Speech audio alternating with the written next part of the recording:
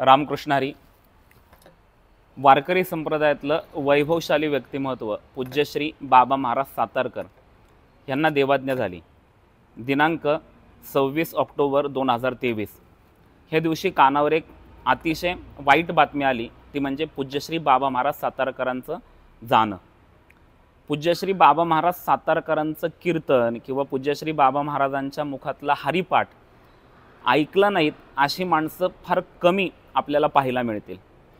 कीर्तन आणि कीर्तनाची गर्दी, कीर्तनाला असलेली गर्दी जर कुठे पाहिजे असेल तर ती बाबा महाराज सातारकरांच्या कीर्तनामध्ये. अतिशय देखणं व्यक्तिमत्व, राहणीमान तितकंच सुंदर आणि त्याचप्रमाणे संत विचारांवर असलेली श्रद्धा आणि ते संत विचार इतरांपर्यंत पोचविण्यासाठी महाराजांच्या मनातली तळमळ ही त्यांच्या कीर्तनामधून आपण सर्वांनीच पाहिलेली आहे. आत्ता टी व्हीवर अनेक कीर्तनकार कीर्तनं करतात, पण वारकरी संप्रदायातील पहिले कीर्तनकार कैवल्याचा पुतळा ह्या कार्यक्रमाच्याद्वारे जगासमोर आले, ते म्हणजे पूज्यश्री बाबा महाराज सातारकर. मला आठवतं आहे की मी लहान होतो त्यावेळेस 2 मालिका टी व्हीवर लागायच्या, एक रामायण आणि एक महाभारत. रामायण आणि महाभारत बघण्यासाठी जशी लोकांची तळमळ असायची, तसंच त्या अगोदर कैवल्याचा पुतळा हा पूज्यश्री बाबा महाराज सातारकरांचा कार्यक्रम ऐकण्यासाठी पाहण्यासाठी लोकांची तळमळ असायची आणि सर्व लोक टी व्ही समोर बसलेले असायचे.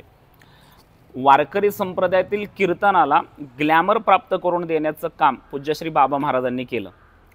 पूज्यश्री बाबा महाराज सातारकरांच्या आवाजामध्ये इतका गोडवा, कीर्तनकाराने किती गोड गायलं पाहिजे आणि किती श्रद्धेने गायलं पाहिजे हे महाराजांच्या कीर्तनामधून आपण ऐकलेलं आहे. आणि निरूपणासाठी घेतलेला अभंग, त्यामधून ज्यांचा अभंग, ज्या संतांचा अभंग निरूपणासाठी घेतलेला आहे, त्या अभंगाचा विचार समोर बसलेल्या श्रोत्याच्या मनामध्ये उतरवण्याचं काम अतिशय सुंदरपणे पूज्यश्री बाबा महाराज सातारकर कीर्तनामधून करायचे. खरं तर बाबा महाराजांचा आणि आमचा संबंध हा सद्गुरू अमृतनाथ स्वामींपासून, सद्गुरू अमृतनाथ स्वामी महाराज आणि सद्गुरू दादा महाराज सातारकर यांचे परमार्थिक ऋणानुबंध, त्यानंतर माझे आजोबा सद्गुरू स्वानंद स्वामी महाराज आणि पूज्यश्री बाबा महाराज सातारकर यांचे ऋणानुबंध. पण हे ऋणानुबंध इतके मला माहिती नव्हते, पण हे ऋणानुबंध मला तेव्हा कळले ज्यावेळेस संतश्रेष्ठ ज्ञानेश्वर महाराजांच्या संजीवन समाधी सप्तशताब्दी सोहळ्याच्या निमित्ताने पूज्यश्री बाबा महाराज सातारकर यांनी इंद्रायणीच्या काठावर आळंदीमध्ये मोठ्या सप्ताहाचं आयोजन केलेलं होतं आणि त्यामध्ये दररोज संध्याकाळी महाराजांची कीर्तन असायची. मला महाराजांच्या आवाजाने मी महाराजांकडे आकर्षित झालो आणि महाराजांची कीर्तन ऐकू लागलो. त्यावेळेस मी शाळेमध्ये जातो, शाळा सुटली 5:30-5:30ला शाळा सुटली की मी तसंच दप्तर घरी ठेवायचो आणि पळत पळत त्या गर्दीमध्ये जाऊन कीर्तन ऐकायचो. आणि एके दिवशी माझे आजोबा मला म्हणले, पुरुषोत्तम मी पण चल तुझ्यासोबत कीर्तनाला येतो. मला भीती वाटली की आता आजोबांना आपण कीर्तनाला घेऊन चाललो किंवा आपण आजोबांसोबत चाललेलो आहे, तिथे एवढी गर्दी असते, आपल्यालाच बसायला जागा नाही, मग आपल्या आजोबांना म्हणजे बाबांना बसायला कशी जागा मिळेल. पण मला आठवतं की आम्ही चाललेलो असताना महाराजांची गाडी आली आणि महाराजांनी आमच्या आजोबांना पाहिलं आणि स्वतः गाडीतून उतरले आणि हात धरून मंडपामध्ये घेऊन गेले, आजोबांना बसवलं आणि नंतर स्टेजवर गेले आणि मग कीर्तनाला सुरुवात केली. त्यानंतर महाराजांच्या विषयी आत्मीयता आणि महाराजांच्या विषयीचं प्रेम माझं अतिशय वाढलं. त्यानंतर अनेक वेळेस महाराजांना भेटण्याचा योग आला, महाराजांच्या सोबत कीर्तनाला जाण्याचा योग आला. महाराजांनी माझ्यावर इतकं प्रेम केलं की ते प्रेम मी शब्दात वर्णन करू शकत नाही. अगदी माझ्या प्रत्येक गोष्टीमध्ये किंवा माझ्या प्रत्येक आयुष्यातल्या आनंदाच्या क्षणामध्ये आणि दुःखाच्या क्षणामध्ये पूज्यश्री बाबा महाराज सातारकरांनी मला खूप मोठा आधार दिलेला आहे.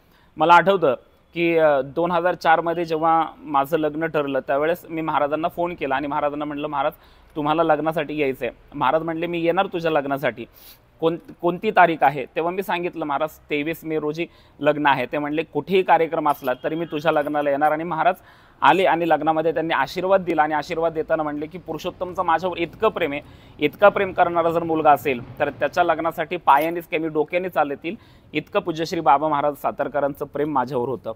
अनेक वेळेस म्हणजे महाराज अनेक वेळेस मला फोन करायचे, फोनवरून ख्याली खुशाली विचारायचे. माझ्या जीवनातले 2 अतिशय कठीण प्रसंग, ते म्हणजे माझ्या आजीचं जाणं झालं. त्यावेळेस माझं सांत्वन बाबा महाराजांनी ज्या शब्दांनी केलं ते आजही मी विसरू शकत नाही. आणि त्यानंतर 2011 मध्ये माझ्या आजोबांचं जाणं झालं. आजोबा गेल्यानंतर महाराजांनी मला फोन करून जे माझं सांत्वन केलं त्याच्यातून माझं दुःख हलकं झालं. आणि त्यानंतर वेळोवेळा महाराज मला सातत्याने फोन करायचे, खूप गप्पा मारायचे. आणि मी कीर्तनाला जर उभा असेल, महाराजांच्या बरोबर सोबत कीर्तनाला जर उभा असेल तर कीर्तनामध्ये नाचलं कसं पाहिजे, महाराज माझं उदाहरण द्यायचे, पुरुषोत्तम कसा कीर्तनामध्ये पाऊल धरतोय तसं तुम्ही कीर्तनामध्ये नाचलं पाहिजे. आणि महाराजांचं कीर्तन ऐकणं म्हणजे तो एक आनंदाचा क्षण होता. महाराजांनी माझ्यावर नितांत प्रेम केलं. माझं बोलणं थोडंसं अतिशयोक्ती होईल, पण मला असं वाटतं की ते बोललं पाहिजे. जसं चित्रपटसृष्टीमध्ये एखादा नावलौकिक मिळवलेला अभिनेता असतो त्याला आपण सुपरस्टार म्हणतो, तसं वारकरी संप्रदायातले सुपरस्टार म्हणजे पूज्यश्री बाबा महाराज सातारकर आहे. आपण म्हणजे तरुण पिढीमध्ये आत्ता मीडियामुळं अनेक कीर्तनकार तरुण पिढीला माहिती आहेत, पण असा एक काळ होता की कीर्तनकार म्हणून पूज्यश्री बाबा म्हणजे एखाद्या तरुण मुलाला विचारलं की कीर्तनकार, तुला वारकरी संप्रदाय माहिती आहे, वारकरी संप्रदायातले कीर्तनकार माहिती आहेत का, तर तो कीर्तनकार म्हणून कोण माहिती आहेत असं विचारल्यानंतर बाबा महाराजांचं नाव अतिशय प्रेमाने घ्यायचा.